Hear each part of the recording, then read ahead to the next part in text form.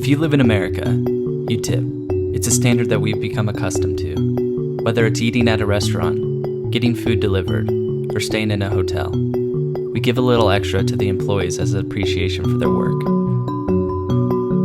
There was a time when tipping was considered un-American, and the topic still stirs controversy whenever brought up.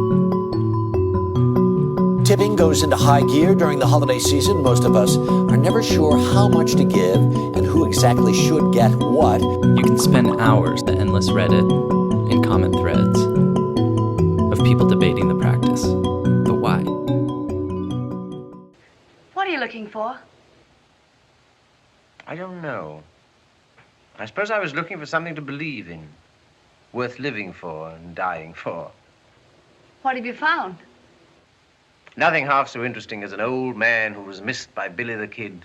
Cultures across the world have different tipping practices. Canada is most similar to the United States. While dining out, Americans will feel at home with a customary tip averaging 15 to 20% for good service. On the other end is China, Korea, Japan, and others do not accept tips for services at most places. They believe great service should be expected, and if you dine anywhere in these countries, they may be confused or even offended by offering a tip. Unlike most of the world, America has fully adopted the practice of tipping. Other countries do tip. It's typically just rounding up the bill or throwing a couple extra dollars for excellent service. Before 1840, Americans did not tip.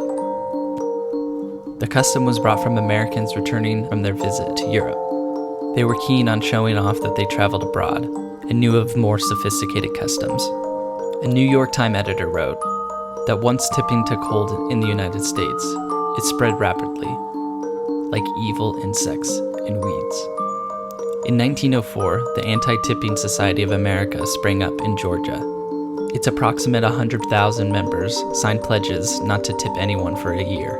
And in 1909, Washington became the first of 6 states to pass anti-tipping law. The Fair Labor Standard Act defines tippable employees as individuals who customarily and regularly who receive tips $30 or more per month.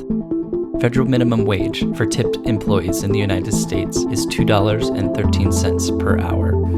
There are only 7 states that require full state minimum wage, 26 that have something a little bit higher than minimum wage, and there's 17 that still only offer the $2.13 minimum wage. And while it is the law that the restaurant pays the difference between $2.13 and the state minimum wage, that's not always the case. And there's been millions of dollars in lawsuits in unpaid wages. Michael Lin, a professor of food and beverage management at Cornell, noted that tipping is a form of price partitioning that reduces perception of expensiveness, even when it does not affect the actual total cost of eating out. Pro-tipping groups explain with tipping, the staff is motivated to provide better service with the incentive of receiving a tip. Also, with the customary tipping percentage being based off the ticket price, they argue that the servers will be more likely to upsell customers to drive up the overall cost of the meal. So if tipping's so bad, why isn't anything changed about it? More recently, a group of restaurants had decided to remove the ability for customers to tip. The biggest chain to jump on this practice was Joe's Crab Shack. The restaurant saw a decrease in sales by 8% and had an almost 40% turnover rate in their 14 test restaurants. Even though the cost of the dinner is going to be the same at the end, or pretty close to it, that initial reaction makes it look like it's going to be more expensive, said Amanda Cohen of Dirty Candy. Tipping is a much more complicated and nuanced practice than simply being able to completely abolish it or keep the practice as it remains. And study shows tipping is typically given at random and not for the service it's supposed to supplement. While abolishing tipping would raise the living standard for most servers and would close the pay gap between the front and the back staff, a large percentage would see a substantial decrease in overall income.